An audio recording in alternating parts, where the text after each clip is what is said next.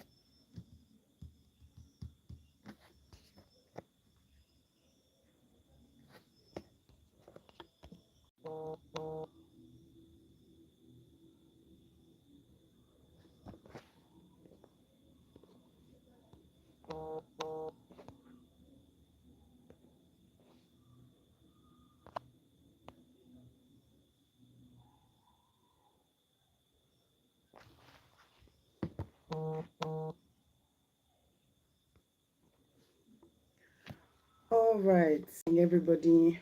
I want to say a very warm welcome to today's live session. We're going to have so much fun today, and the things that we have curated to share today, we're exploring the learning dilemma, and it's going to be I believe it's going to be such a lovely time that we're going to have here today.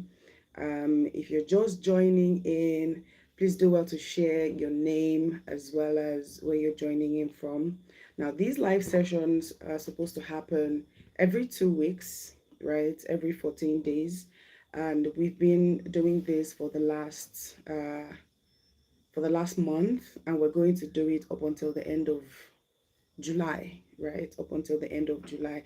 And it leads into the Mastermind 2026, where we're having a gathering of serious minded young ladies, both online. We're curating an exclusive, experience for ladies, both online and, and on site physically, right? And we want to be able to say, let's come together, let's talk about how the year has been, and let's talk about what are the practical ways that we can then move forward uh, in achieving our goals. Okay, you can't hear me. Can you hear me now? Can you hear me now? Can we hear me now?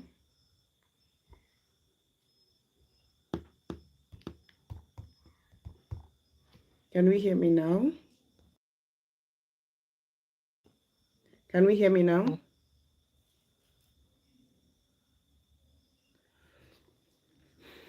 Okay, can we hear me now? All right. All right. Then it's probably from your end, Amaka. I think it's probably your network. All right. So, like I was saying, I want to say a very warm welcome to everybody who's joining us on this live session for today's session. It's such a joy to have you with us. We've been doing this for the past 1 month, right? And we're going to be doing it up until the end of July, right? And everything is leading up to the Mastermind 2026, where we're curating a space, an intimate space, a practical space for real discussions, for real connections, for real conversations, and practical frameworks as well that would literally shift you into the next when it comes to your ability to be dogged with following through with your goals, with the things that you set out for yourself to achieve this year. So it's such a joy to welcome us. If you've been following, if you've been following through with all the sessions that we've been having since we started these live sessions, it would be quite easy to know that we've been having a singular train of thoughts. So if you have not engaged with the other live sessions, this is about the fourth live session that we're doing. So if you have not engaged with the live sessions, the recordings, the playback on our YouTube channel, so you can actually go and click it and watch it, so you can really flow with that in that journey that we've been on, right? So today it was so interesting to read, some of the responses or to get feedback of some of the responses that were given, for the poll that we did in the in the mastermind community. And the responses were very, very interesting, in the sense that it really just captures the fact that a lot of people know what they want, but they don't know how to go about getting what they want, right? They don't know how to go about getting to use what they want, right? So most times that's just what it takes, is that you know how to use, how to use what you have to get what you want, right? And that is going to be like the foundation of the conversation that we're going to be having here today, right? And we're looking at the dilemma of learning. We're looking at the dilemma of learning. And I think that a really good place to start from would be that the truth is that, or would be like a radical truth that I believe in, right? And that truth is that you're going to constantly have to, please, can we still hear me? Let me just do that check in now before I fire down. Can we still hear me, please? Can we hear me well? Can we see me clearly? Can we hear me clearly? You know, let me just get a feel or a sense of, all right, all right, all right. Thank you very much. Thank you very much. Okay, so we're just going to dive right in. And I think that a really good place to start from would be the radical truth that if you're going to really step into your next, one thing you must realize is that um you have the requirement, or a unique requirement, to tweak and retweak your life.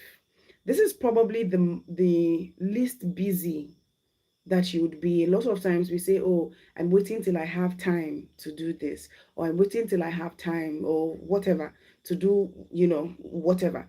And a lot of times when we do that, it doesn't make space, or it doesn't make space in our mind for the fact that we can gather knowledge, information, and then we can use that information, proactively. We can use that information very well. So the most important skill, most times, even more than the skill that you require to do a job or to deliver something, excellent, it's actually the skill that you need to tweak and retweak your life. What that means is you're able to understand what exists now, what do I have in my arsenal now, right? And how can I go from where I am now to where I want to be? So then you're saying, what are the adjustments? What are the shifts, right, that I must make if I'm going to step into my next? What are the things that, what are the things that have to happen for me to be able to, step into the next level of my authenticity, the next level of my work, my business, my career, and whatnot, right? So it's very, very important. I felt like it was good to make that first, it was good for us to make that first impression, that so that the most required skill that you probably would have is the skill that is needed to tweak and to retweak your life, right? And as I think, as such, how do I explain this now? It's called it's called personal mastery, right? That is what it's called. It is called personal mastery, right? You how do I put this now? It's the skill with which you regulate your life, right? It's the skill with which you adjust when you need to. The awareness of that skill that you need to adjust, that is what is personal mastery. When it comes to the dilemma of learning, a lot of problems that we have in learning is often tied to our ability, to hone that skill of personal mastery. And I think that maybe in the next live session, or maybe in the next, before the mastermind event itself, we'll look at, personal mastery as maybe like as a topic on its own, right? So that we really understand the way that some of these things work. In personal mastery, you have time management, you have productivity management, you have energy management. Because what a lot of people don't even realize, that even more than time management. We hear a lot about time management and time blocking, and I can break down all the hacks for that. But a good thing that we need to know of in personal mastery, aside time management, is actually energy management and productivity management, right? Energy management. When do you do certain tasks? So it's not enough to allot time to certain tasks, is to know where to place that task depending on, would I say, the energy, the amount of energy that it takes for you to achieve that task, right? So I think it's very, very important. If we're going to be breaking down, the dilemma of learning, it's very, very important that we understand, that. And I think maybe it's important to note that even when we were, if you're in school, or you're about to enter school, or you're done with school, or you're working, you have a business and all of that. But if you can really think back to that time, you'd realize that, would I say, the quality of our grades is not even necessarily how brilliant you are, is how good is your level of personal mastery. Because there's some people who are very brilliant, but they will never read. Do you understand? But there's some people who are not very, very brilliant, but they'll keep reading and reading and reading and reading and reading. They're asking questions. They're taking, they're reading further, going to the library, having group discussions, and all of that. Those people are the ones that have the tendency to actually do better, right? Those people are the ones that have the tendency to actually do better, right? So before we start to break down maybe specific ways to look into the learning dilemma, let me just mention maybe about three things that I think we can take home from from this introduction that I'm sharing with us. And the first one is, you need to rethink how much sleep you need. I don't know how to say this enough, right? You need to rethink how much sleep that you need. Some of us are sleeping way too much. And this is not me saying don't sleep. Do you understand? No, that's not me saying, oh, don't rest. That's not me saying that. What I'm saying is that a lot of times, many of us are oversleeping, overeating, oversleeping. You're permanently tired. You are perpetually, I mean, you can just imagine. So you need to, doctors tell us, think about this. Doctors tell us to sleep 8 hours a day, but do doctors sleep 8 hours a day? No, they're going from one surgery to another, from one surgery to another, from one surgery to another. What you need to do is that you need to learn to sleep in a new way. Right. You need to learn to sleep in a new way. And what I mean by that is that you need to sleep in such a way that you achieve REM. That is your goal, right? In such a way that you achieve REM. You're not, if you want to be better, you need to rethink how much sleep you need. All this, now we listen to millionaires and then they say, oh no, sleep. I sleep 8 hours so that my body is well rested. They can afford to say that now. But when they started out in their journey of, starting a business, or they were working more than 80 hours a week. They were working around the clock. They were working around the clock, learning new things, trying out new things, ideating around a solution. They just were doing a lot with their time. They were doing a lot with their time. So I think it is very, very, it's very, very important that we learn to sleep in a new way. Learn to sleep in a new way. It's actually very, very important, right?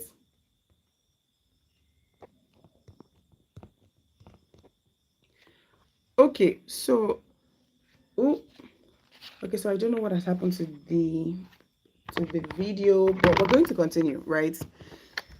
All right. So it is very, very important that you learn to sleep, in a new way, right? So it is very, I think it's maybe going to be like the most important things. When you start to sleep at the same time and wake up at the same time, and you do it, for between maybe 4 to 7 weeks, it becomes a habit.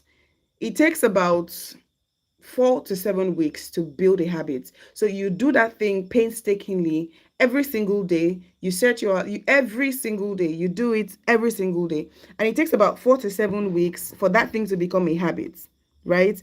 And then your body now starts to maximize, sleeping time so that you can have adequate rest, right? So that you can have adequate rest. What you need to do is you need to learn to sleep well. Please, can we still hear me? I know that the video is having a little bit of issues, but can we still hear me, please? Can we still hear me?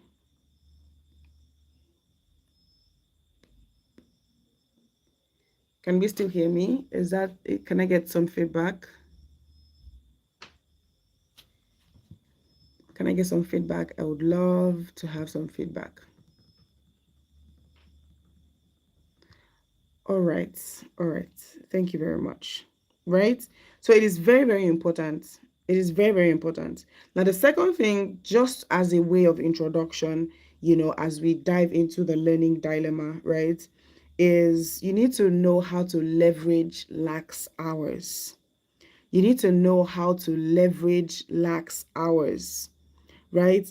And these are lax hours are time in a day that is wasted, right? But you don't know. There are time in a day that is wasted, but we don't necessarily, know about it, or we're not very much aware of it. When you're in traffic, let's say you're going, it takes you 45 minutes, commute to get to work. When you're in traffic, that is lax hours. Do you understand? Those are lax hours, right? So you want to be able to leverage it in that space of time. You can pick up that a book that you're reading or an article as regards your industry, or you can get on that course. Clock off or strike out some modules in that course that you're taking, because it takes that amount of time. So it's time that exists in a day that we don't even know that we have, right? So it's very, very important that we're so intentional in identifying, lax hours, right? When there isn't a lot of, you're here, you have a 9 to 5 job, when there's no like a lot of activities in the workplace or in school, if you're in school, right? You are hardly ever working, or you are hardly actively learning. You get 9 to 5. You are hardly, except you are in, I would love to hear that kind of job where you are literally working, like you're working from 9 a.m. that you immediately you sit down, you don't stand up again. You are working straight, right? So it is very, very important that you identify lax hours. You wake up in the morning, you're able to say, oh, it takes me 30 minutes to get ready. It's called habit stacking, right? That is what it's called. It's called habit stacking. How can I layer a productive activity on top of an existing activity, right? That also drives productivity. So you wake up in the morning to have your bath, and then you find a productive activity to layer on top of that one. You can listen to that podcast, right? You can listen to that module, if it's a video module in that course that you're taking, right? It is very, very important. You can read a book. There's audio books now. You can read a book while that is happening, right? So it is very, very, very important. It's very, very important.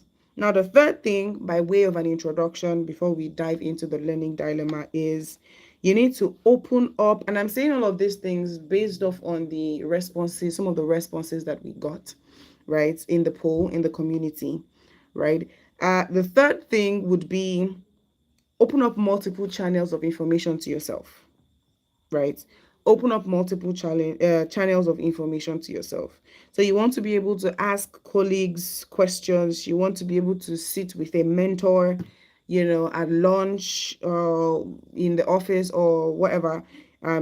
What you need is information, right? What you need is information, and what you need is knowledge, right? What you need is information, and what you need is knowledge. So just open up many channels of knowledge to yourself. And you do this through, mentorship, through listening, through teaching, through reading, and then through practicing as well. So open up multiple channels of learning. Open up multiple channels of learning to yourself, right? There's no one way that you must learn, but you must open up channels. You must be a voracious consumer of knowledge, right? Which now leads us to the conversation that we're having about the learning dilemma, right? And I think a good place to start from would be that many of us learn but are not able to use what we learn. Many of us learn but are not able to use what we learn for various reasons. Some of these reasons, include fear, overwhelm, ego, etc. Right? So sometimes we suffer from an overload of information, right? We suffer from an overload of information. Now, let me just give us a few insights, right? The first thing is that when it comes to the learning dilemma, the first thing, or when it comes to how to learn or what to do with what you learn, the first thing you should note is that everybody has an existing knowledge appetite, right? Everybody has an existing knowledge appetite. For example, how many of us know that our stomachs have dimensions? And if you eat, when you eat, right, and you eat to the degree of that diameter, like you eat to the extent of that diameter, you'll be okay. When you say, oh, I'm full, right, you'll be okay, right? But as you continue to, let's say that first time you're eating, maybe like the food is very, very sweet. You get and you say, give me another plate. And you eat, as you continue to eat extra because the food is sweet, right? You will notice, the point where you start to feel uncomfortable because you are now starting to stretch the muscle a bit more. You're now starting to stretch the muscle a bit more, right? But then again, notice that if you continue to eat that first time, the second time you continue to eat that way, you eat two plates, it makes you a little bit uncomfortable, but not as uncomfortable as it did the first time.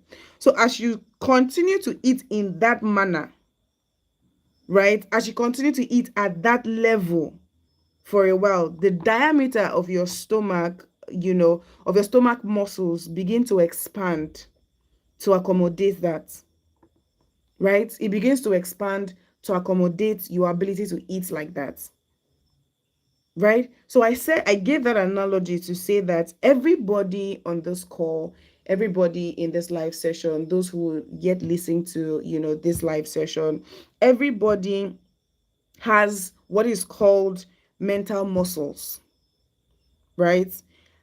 Mental muscles, and not even in a figurative sense, so right, like actual mental muscles, right? There's this lady, I heard her name once and I just fell in love after I went to, look into her. Her name is Caroline Leaf, right? And she's a brain scientist and she's been doing that for over 40 years. And she started a study of, the brains of people who were termed geniuses, side by side, vis-a-vis, ordinary people, quote and unquote, ordinary people, right? And then she found that the neural pathways running through the brains of the people termed geniuses seemed like they were wide, they were thick. Do you get? They were like joint strands, running through their brains. They had thick woven, like interwoven, what's it called, neural pathways, right? And then she saw for other people that their neural pathways were quite slimmer, right? So I said this again to say that the brain actually has actual muscles. The brain has actual muscles that can be stretched. Remember that we're talking about the learning dilemma. And the last live session that we had, we spoke about the necessity for the stretch. That was some sort of awakening. The necessity for the stretch. Why the stretch? Why must the stretch? In what ways must I stretch? And why must the stretch come to me? Right? Because it's a question of who must I become to step into my next. There's a next for everybody. But who must I become? Right? Who must I become? So back to what I was saying. The brain has actual muscles that can be stretched, right?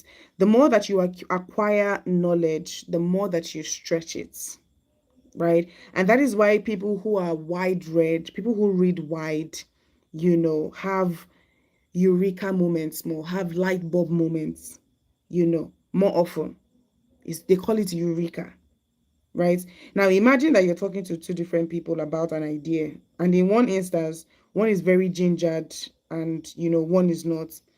The first person who is very gingered, who's like, yes, I know we can even do it like this, we can even do it like this, we can even do it like this, has formed broader pathways that ideas can travel through, right? It's like that's, I don't know how many of us have traveled to the west, right? Like Lagos Ibadan Expressway, like the highway, right? Some highways are one carrier lane, some are, like 6 lanes. Some roads are just one way. Do you understand? But there are highways that are like 6 lanes, right? That are like 5 lanes, right? That are like 5 lanes. And I want to correct a misconception a little bit here. And I want to say that the point is that information overload is like an alarm. Think of it this way, right? It's like an alarm that is beeping in your brain sensor that is telling you that you are expanding your pathways. That is how I want you to start to see it, right? That you are expanding your pathways. There's fundamentally no problem with that. It is telling you that you are interacting with something that is unsettling your mind, right? That it is a lot, quote and unquote, because you haven't been eating at that level before, right? That you haven't been eating at that level before. So it's actually normal that you feel overwhelmed when you get new information, right? Or when you acquire new information. But then again, to the real issue, here are 3 ways, right? Here are 3 ways to think about learning, or here are 3 ways to learn. The first one is you want to target a problem area, right? So that you're not just, consuming and consuming and consuming. You want to target a problem area, right? Because nature and the mind, abhors vacuum. If you don't give your mind what it's, what it should focus on, it will roam, right? If you don't set your mind on something, it will go helter skelter. It will just be running around, right? So you can call it a knowledge gap area. When we say target a problem area, what it means is identify a knowledge gap area, right? On one end, you can look at your life now and say, across the different areas of my life, which one do I have the greatest knowledge gap, right? Across all the areas of my life, which one do I have the greatest knowledge gap? The area that you have the greatest knowledge gap is where you're experiencing, the most, or maybe even repeated mistakes. It's where you're seeing the consequences of bad decisions. You can do all of that. That's you targeting a knowledge gap area. And then on the other hand of identifying, a knowledge gap area, you can flip it and say to yourself, what are the top 10 skills that my industry needs? Right. So I don't know what industries are here, right? I want to read in the chats. What industries do we have? What industries do you play in? Whether you have a business or you're building, a corporate career, right? Or you're in school or whatever. So I want to read some, right? I want to read some. What industries do we have in the, what industries do we have in the room? Right. And I see this as we're putting it in the, in the chats. I would really love to hear from some of us what industries that exists. Okay. Beauty, interesting. Beauty, lifestyle, that's wonderful. That is so, so wonderful. What other industries exist? What other industries exist? I say this because every industry has reports and forecasts, right? Reports on how far the industry has come and forecasts about how the industry will change, right? So, like I said, let's just throw out some of your industries or some of the industries that There's real estate, there is, like you said, there's beauty, there is agriculture, there is technology, there is um, climate, green economy, there are fashion, you get, there is art, there are industries that, that exist. There is health, there is entertainment, there is media, there is education, there is, nutrition, there is manufacturing, there is sports, right?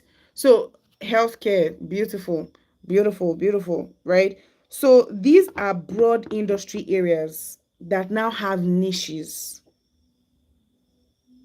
right? So what I expect is that when you live here, depending on the industry that you're, depending on the industry that you're in, you start to Google what are the skills for the future in healthcare? What are the skills for the future in tech? Right? What are the skills for the future in fashion?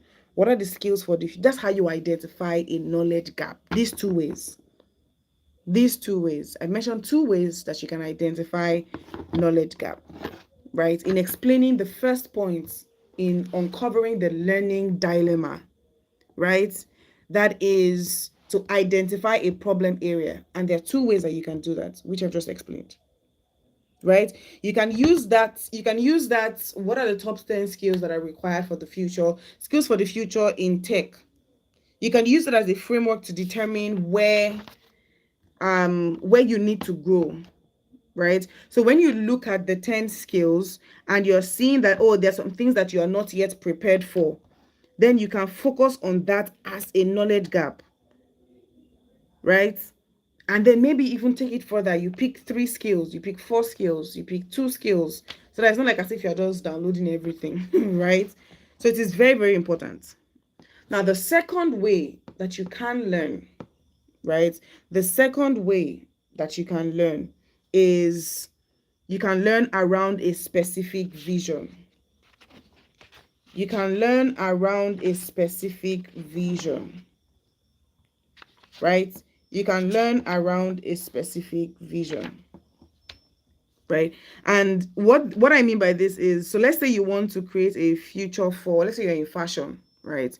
And you want to create a future forward Ankara brand, let's just put it like that, right?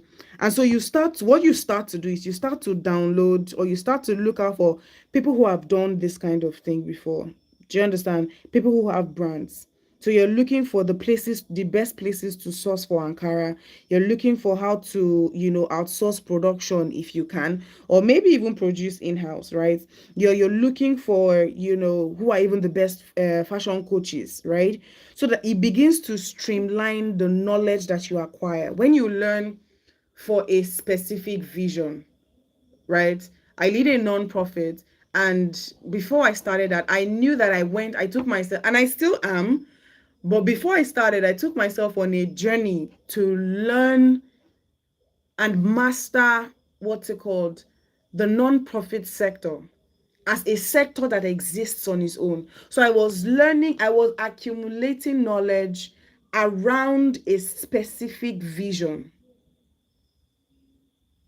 right? Around a specific vision. So it is very, very important. It is very, very important. It begins to streamline the knowledge that you're seeking, right? And the third way that you can learn, right, is you can learn for curiosity. And for me, that is how I learn, right? That is how I learn. If something comes to my heart, I believe that it has come into my heart for a reason, right? And sometimes that is how you even stumble into, life upgrades, right? That's how you stumble into life upgrades. And you just if something comes to my heart, I know that, okay, no, this thing has come to my heart for a certain reason. So I want to be able to learn around, around that. I want to be able to learn around that. I want to be able to learn around that. Right? So it is very, very important. It is very, very important. We wanted this live session to be to be quite a short one. And I think that we've been able to do, to do just that. Right. So I mentioned three very important things. I mentioned three very important things about, how to decipher or how to break down the learning dilemma. And I think maybe what I would do, or what maybe the last thing, just as a way to tie the conversation up this night, would be to say, go and do. Right? Is literally your ability to use. So it's good that you have, so you are knowledgeable when you have information, but you are wise when you use information, right? You're knowledgeable when you have information. You're knowledgeable when you have, that's come back. You're knowledgeable when you have information, right? But you are wise when you use the information that you have well. When you use the information that you have well, then you are wise. If not, you're just going to be accumulating knowledge. Imagine that I took course upon course upon course, engaged with mentors upon mentors upon mentors, as regards maybe starting a non-profit or starting a business and all of that, but I never actually did anything. But I never did anything. So a lot of times, what happens is that we become very crippled by the knowledge that we acquire. And it's because we don't have execution mastery. It's because we do not know how to do. How to do. Because even when you set your goals for the year, when you started out the year, this, 2026, you wrote a lot of big things down. You get, one of the major reasons why our goals never work is actually the how of our execution. When push comes to shove, because you can plan and plan and plan and plan, but at the end of the day, it's execution. It is execution. So your execution must go hand in glove with your learning. It must go hand in glove with your, with your goals, with the things that you want to achieve. You must be able to draw that connecting line where you can say, yes, I'm an executor. I'm a planner and I'm an executor at the same time. It would radically shift the overwhelm that you feel when you learn. It would radically shift that overwhelm, and you start to see it from a place of, the best way to learn is to do. Is that as you're learning, you're doing, you're learning, you're doing, you're iterating and reiterating, you're doing all of these things again and again and again and again. The goal is not to be perfect. The goal is to grow. Do you get? So when you're learning, or when you're thinking of, oh, I can't learn a new skill, or oh, I can't learn this, it's necessary. I was watching a clip today, and I think it was this woman, this very wonderful woman, Ibukun Awushika. A lot of us will know Ibukun. And she was saying, I saw it on somebody's status, and she was saying that you want to become, let's say you're growing a corporate career, you want to become the MD of a bank, or of a multi corporation, right? Or just even of a company. You want to grow to that extent.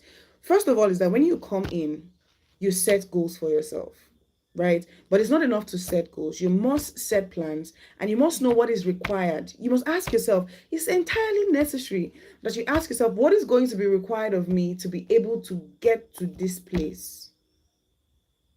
To be able to get to this place.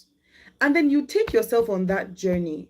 If there's a certification that you need to get, you follow through with that, and you do it because you've set a goal. There's a level of clarity of where you want to get to, in that space of time that you've set for yourself. You say, okay, I give myself 3 years, or I give myself 5 years, I'm going to become a director. Then you now know, what does it now take for me? The people who have done it, have they done it in that space of time? What are the things that they have now done? What are the things that they have committed to? What are the things that they, what are the associations that they belong to? What are the conferences that they attend? What are the courses? What are the certifications? What are the licenses that they have? right? So it is very, very important that you start to think of learning in a new way, right? You can learn around a knowledge gap area, right? You can learn around a specific vision, and you can learn for curiosity. It's very, very important that you're able to make these distinctions so that you're not very, you're not very confused. You're not just taking in you're not just taking in anything, and that's how you now get really, really overwhelmed. I don't attend a lot of conferences because I know what I want. I mean, there are specific places that you would find me. There are specific kinds of rooms that you will find me. There are kinds of rooms that even other people might consider to be valuable, but to me, they're a waste of my time. There is, you must be that particular about the learning curve that you're crafting for yourself. You need to craft a learning curve the same way you craft a growth curve. You can't even effectively craft a growth curve for yourself without involving learning in it. Without involving learning in it, right? And let's not forget some of the points that I made earlier. You need to rethink how you sleep, right? That is one. The second is that you need to open up multiple channels of learning to yourself, whether it's a book, whether it's, it's you need to even know what works for you. That's why in the poll that we made, we said, what is the best way that you learn? So you want to be able to open up multiple channels of learning to yourself, right? And the third thing is you need to identify lax hours. You have 24 hours in a day. You need to be able to identify lax hours. There are times that we waste, but we are not aware that we are wasting. And to balance identifying lax hours is now your ability to do what is called habit stacking, where you're able to layer productive activities up on top of another productive activity or an existing activity, right? You layer productive activities on top of an existing activity. So it just really makes building a system, right, very, very much easy, right?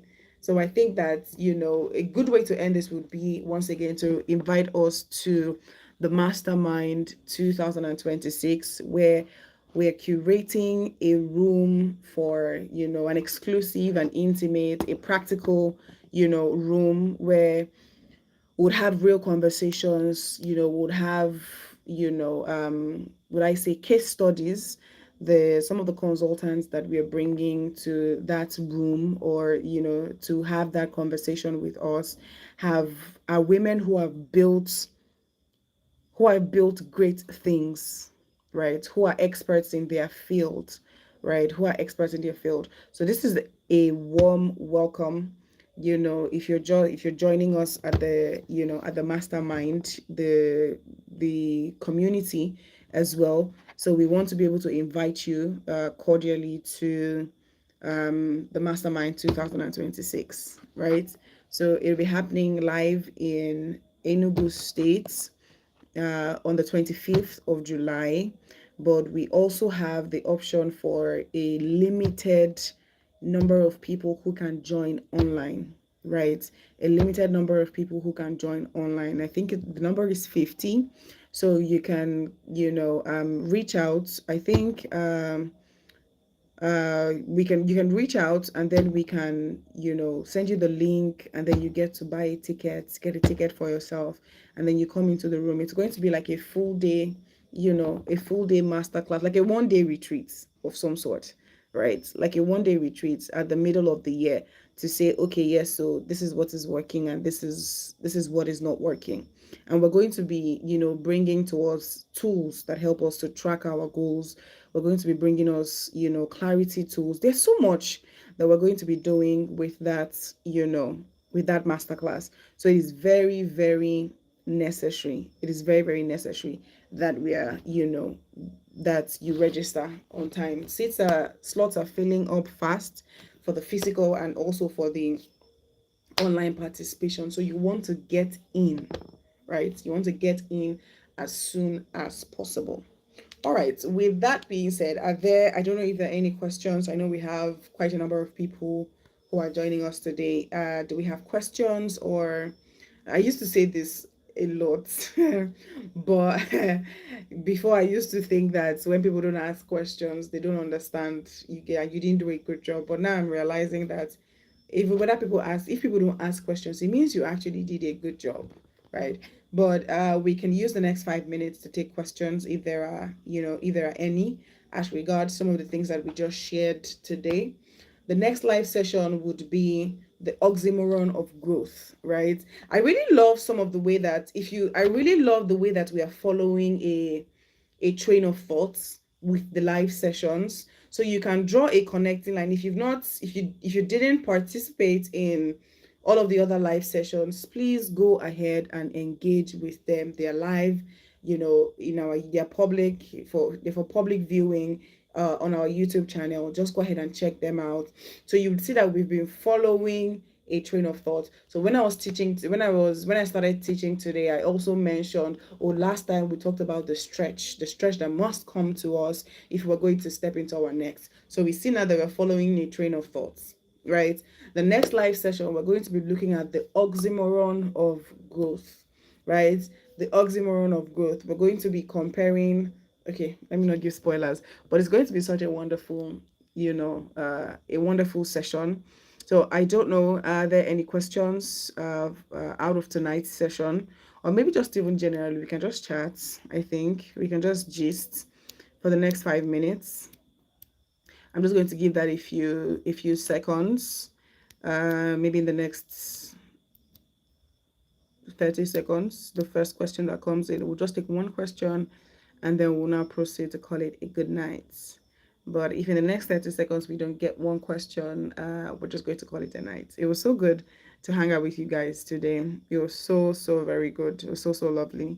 Thank you for making out time to be here today with us. I really can't wait to see you guys physically in Enugu and to see you, at the Mastermind 2026. All right, so if there are no questions, I think this is where we're going to call it a wonderful night. Thank you all so much for joining tonight's session and have a wonderful night. Good night.